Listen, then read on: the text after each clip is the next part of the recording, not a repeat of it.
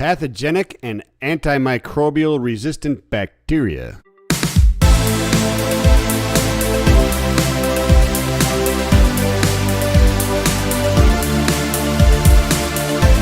Phys.org tells us that researchers from University of Illinois say the plastics that are prevalent in almost all farming soil could be, quote, a vector for transmitting pathogenic and antimicrobial resistant bacteria into our food chain. Think of COVID spread by food supply. Author of the study, Jayashri Nath, said, this phenomenon is not very well known to people, so we wanted to raise awareness. Here's how it works. Basically, microplastics, yes, they're visible, but we're talking about scraps and leftovers and from trash, etc., that gets shredded by machinery, the wind, the soil, tractor tires, etc., are present in almost every sample of soil. Problem is that chemicals like fertilizer and pesticides, those will pass right through soil quickly.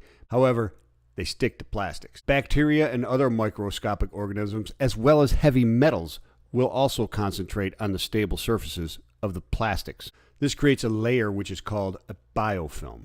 This is where it gets scary. Bacteria and microorganisms for millions of years have been building the ability to adapt to stressful environments. It means they quickly mutate to become resistant. This process can lead them to be resistant and stronger against other substances as well, like antibiotics. Another nasty little thing that they like to do, and it's called horizontal gene transfer. It means they share resistance. Quote, bacteria have been evolving genetic mechanisms to cope with stress for millions of years. Plastic is a new material bacteria have never seen before.